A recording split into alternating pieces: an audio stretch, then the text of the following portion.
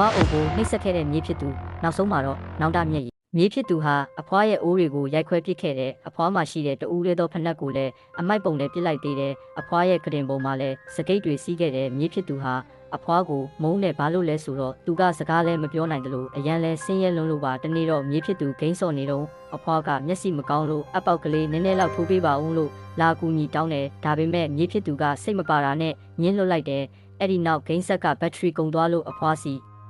ပတ်စံတောင်းပေမဲ့အဖွားအိတ်ထဲမှာပတ်စံတပြားမှမရှိဘူးမြေဖြစ်သူအရန်ဒေါသထွက်သွားတယ်ဒါနဲ့အဖွားအိတ်နေတော့အဖွားရဲ့စံထိုးကိုခိုးယူပြီးဆိုင်မှာတွားရောက်လိုက်တယ်ရလာတဲ့ပတ်စံနဲ့ဘက်ထရီတစ်စုံဝယ်လိုက်တာပေါ့အဖွားနိုးလာတဲ့အခါစံထိုးကိုရှာမတွေ့တော့ဘူးဒွန်းကျိုးလေးတစ်ချောင်းကိုပဲစံထိုးလုပ်ပြီးထိုးထားလိုက်ရတယ်အဖွားမှာဖက်နှက်မရှိတော့တာကြောင့်ခြေပလာနဲ့ပဲတွားနေရရှာတယ်နောက်တစ်နေ့မှာအဖွားကမြေဖြစ်သူကိုဟင်းသီးဟင်းရွက်ရောင်းဖို့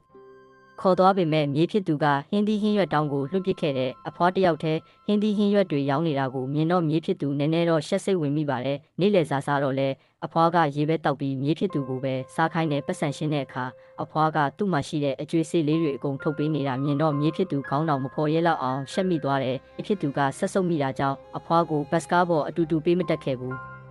အဖွားကအထုပ်ကလေးတွေကုတယ်ပေးဖို့ပြောပေမဲ့မြေဖြစ်သူကညင်းခဲ့တယ်တာပေါ့အဲ့ဒီနေ့မှာမြေဖြစ်သူကပတ်စံကြက်ကြော်စားခြင်းတယ်လို့အဖွားကိုပူစားတဲ့အဖွားကသူ့မှာရှိတဲ့တော်ဟင်းသီးဟင်းရွက်6တွေကိုပတ်စံရအောင်တွားလဲပေးခဲ့တယ်ရုတ်တရက်မိုးတွေတဲကြီးမဲကြီးရွာလာတော့အဖွားခမများရွှွနွန်တွေကြားထဲမှာပင်ပန်းပန်းနဲ့ရှောက်ခဲ့ရရှာတယ်အဖွားပြန်လာတော့ကြက်တကောင်ပါလာခဲ့တယ်အဖွားတက်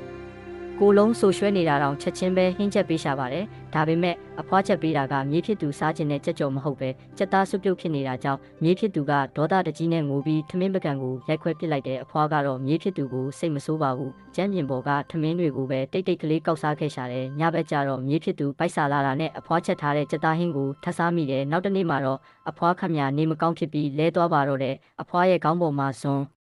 အကျိုးစံထိုးလေးကိုမြင်လိုက်ရတဲ့အခါမြေဖြစ်သူအပြစ်မကင်းတယ်လို့ခံစားရတာနဲ့စံထိုးကိုအဖွားစီပြန်ပေးပြီးအဖွားကိုဂယုတစိုက်ပြုစုပေးခဲ့တယ်။အဲ့ဒီနေ့မှာပဲမြေဖြစ်သူအပြင်ထွက်စိုးဖို့လုပ်တော့အဖွားကသူ့ကိုဘူးလေးတစ်ဘူးပေးလိုက်တယ်မြေဖြစ်သူအပြင်မှာစော့ရင်တောင်ကုန်းပေါ်ကနေပြုတ်ကျပြီးခြေထောက်နာသွားတာကြောင့်အိမ်ကိုမနှဲပြန်လာခဲ့ရတယ်။အဲ့ဒီအချိန်မှာမှအဖွားပေးတဲ့ဘူးလေးကိုတတိယပြီးဖွင့်ကြည့်လိုက်မိတယ်ဘူးထဲမှာအဖွားအသားကုန်ချွေတာပြီးစုထားတဲ့ပတ်စံလေးတွေရှိနေတယ်။အဲ့ဒါကမြို့အတွက်ဂိမ်းဆက်ဘက်ထရီဝယ်ဖို့စုပေးထားတာပါအဖွားဟာသူ့ကိုဘလောက်တောင်ချစ်တယ်လဲဆိုတာမြေဖြစ်သူနောက်ဆုံးတော့နားလည်သွားပါပြီဇလန်အစ်စ်တွေတင်တိုင်းသိရအောင် follow လုပ်ဖို့မမေ့နဲ့နော်